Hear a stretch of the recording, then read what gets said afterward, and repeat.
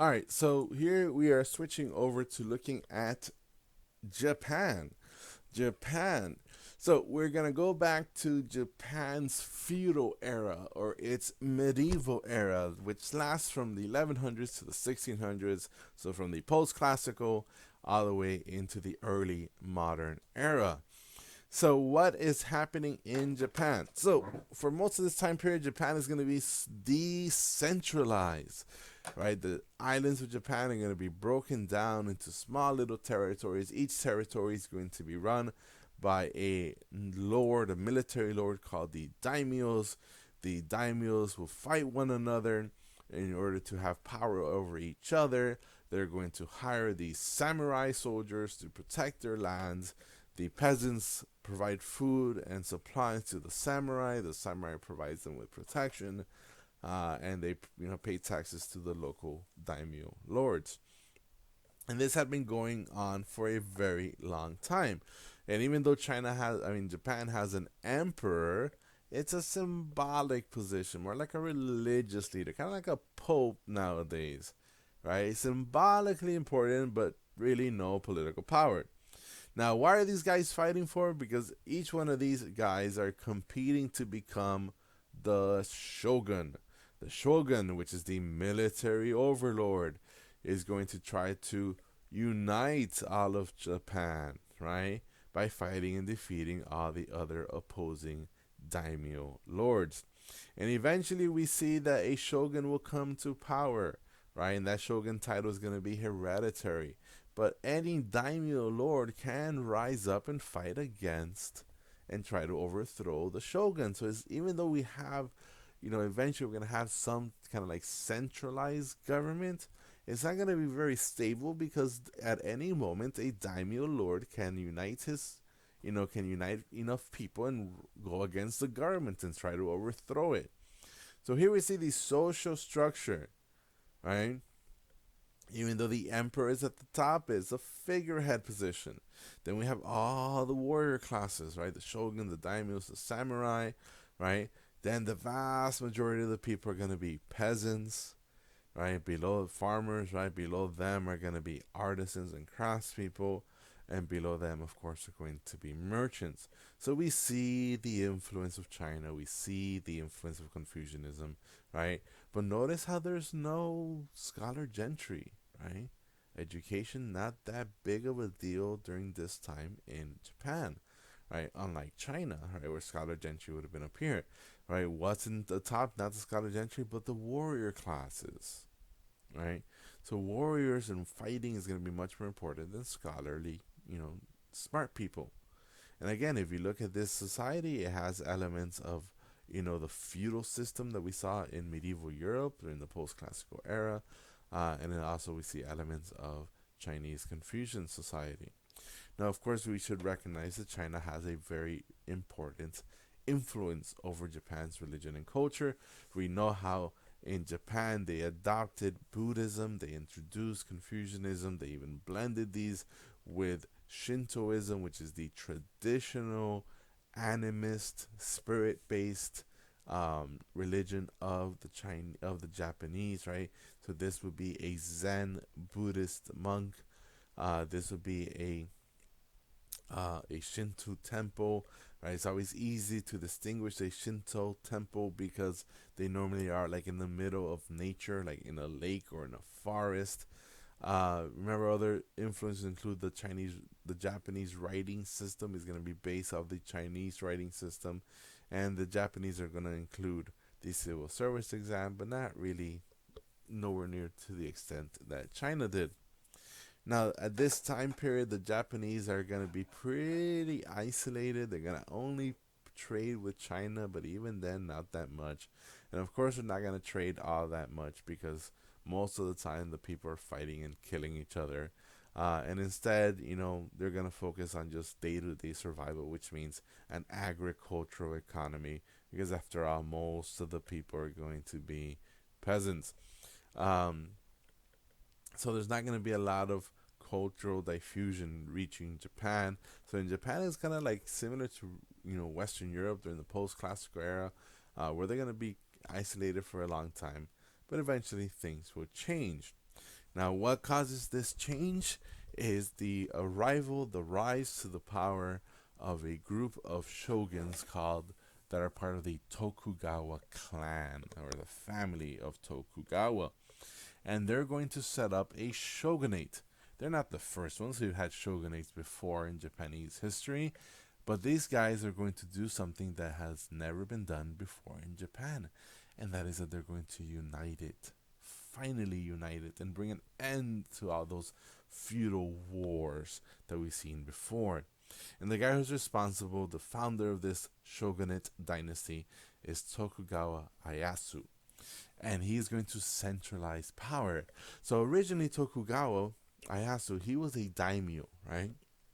And it just so happens that his territory is on the coast, on one of the coasts of Japan, a coast where the Portuguese show up, and the Portuguese are going to sell him gunpowder weapons. And he's going to start using those gunpowder weapons to shoot his way and defeat his enemies.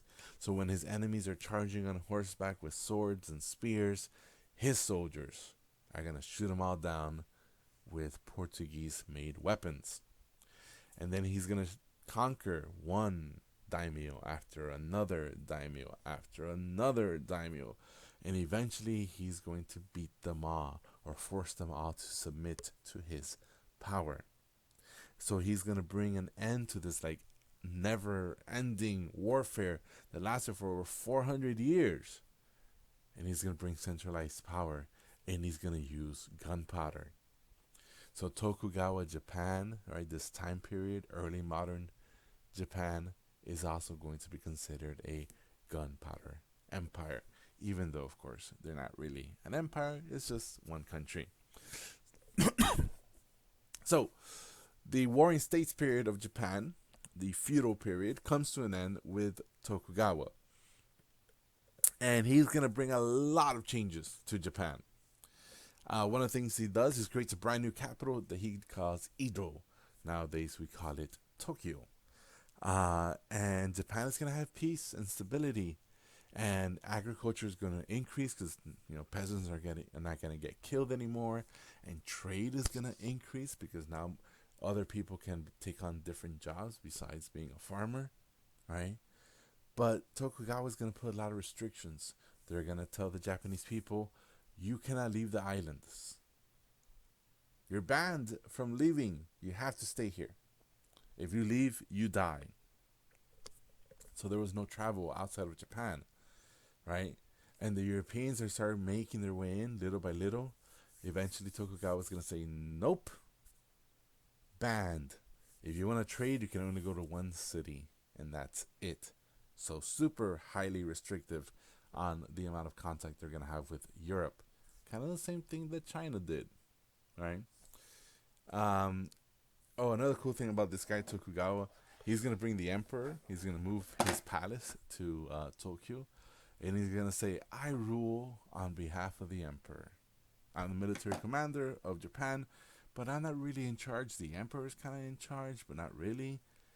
And so we still have that kind of like symbolic emperor ruler, but not really. I mean, he's kind of just still there, and this military guy is just, justifying his power by saying he's doing it on behalf of the on behalf of the emperor. So Tokugawa's main concern is, besides foreigners, is daimyos, because again, for the last 400 years, the different daimyo lords have been rising up against any political ruler or any attempt to centralize Japan. So he passes a lot of rules and reforms to restrict the power of the daimyos. So one of the things he says is that from now on, half of your year, you have to live in the capital. And half of the other year, right, or the other half of the year, you could be at home. But when you go home, some of your family members have to come to the capital, right? Like your kids or your wife or your any other family member, right? And it does two things. One, it kind of forces the daimyos to spend a lot of money because they have to maintain two households, and two, it's like a kidnapping thing. Yes, you can go back home, but you got to send me your kid. And if you think about raising an army to rebel against the Tokugawa Shogunate, your kid is dead. Right? Oh, you want to talk to the emperor? You got to get approval. I don't trust what you're going to tell the emperor. Right? So if you got something to say to him, you got to say it to me. Oh, you want to trade because you know, in your region you have silk and you can produce silk stuff. You want to sell it to make money? No, we have to approve it first. And what is it you're going to trade for? Weapons? Nope, you cannot buy European weapons. Only the shogunate governments can buy weapons. Right? So because this clan, the Tokugawas, because they were the first ones to take advantage of this new technology, they came to power. And then they're going to restrict access to that new technology so that they can maintain in power. Smart guys, right? So like I mentioned already, the shogun is going to limit trade, right? And limit contact with the outside world. They're only going to trade with the Chinese, who they've always traded with, and they had pretty good relations, but also the Dutch. Now, why the Dutch? Interesting questions. Why the Dutch? Right? When the Portuguese were the first ones to get there, and the Portuguese were the first ones to sell guns. The problem was that the Portuguese, they, where am I? Oh boy. What? I don't have it? No, we'll talk about it soon. The Portuguese do a big messed up thing. And the Tokugawas are not gonna like it. But they're gonna like the Dutch. I'll explain more in the next video. Alright, but let's keep going. Let's talk about Japanese, Tokugawa Japan's culture and society. One of the new literary forms we see in Japanese culture is going to be the famous haiku poem. Right? That becomes very popular during this time in Japan. We're going to see population growth, right? Mainly because of the stability after the end of the wars. We're going to see, and even though new world crops are going to make their way to Japan, like especially sweet potato, not that much more besides that. So population growth is going to happen, but it's going to be very limited.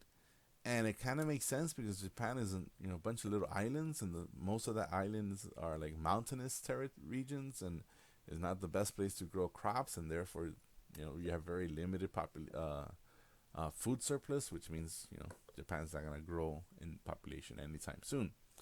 All right, a new change that happens, right, with the Tokugawa Shogunate is we see the change of the warrior class, right. Right, the daimyos and the samurai, now they become the administrators, the tax collectors, the law enforcers, right, the public project managers. And they're going to start getting educated. They're going to put away their swords, right, and they're going to pick up a pen. And at the same time, we see that some merchants are going to rise in popularity, rise in power, rise in wealth. And they're going to compete against these, nobles, these, warrior administrators. Peasants are going to be there. Craftsmen are going to be there. But merchants, right, they're going to start gaining more and more popularity because of trade. So, samurais, remember, samurais were soldiers. They're warriors. So no warriors means no jobs. So now they have to change the way they make a living. So they're going to work for the government.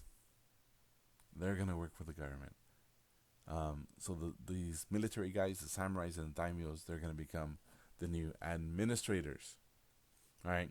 So they're going to get educated. So, of course, they're going to bring in a lot of Chinese stuff, especially Confucianism, but also Japanese stuff, right? The Japanese are going to kind of like be very proud of their country and their culture and their tradition and their heritage. And they're going to want to like support that, not just simply kind of like rip off what the Chinese are doing. At the same time, we see a trend of xenophobia, where they're going to start really distrusting and maybe even hating outsiders, right? These strange European guys showing up out of nowhere. And eventually the Japanese, like many other places we're going to look at, they're going to start developing ideas of racial superiority, that they are superior to everyone else. So, um, Neo-Confucianism again increases popularity, just like in China. We see the civil service exam kind of still there, but it's mainly going to be ruled by the military administrators, the samurais, right? They're going to drop their swords. They're going to sit down and read a book.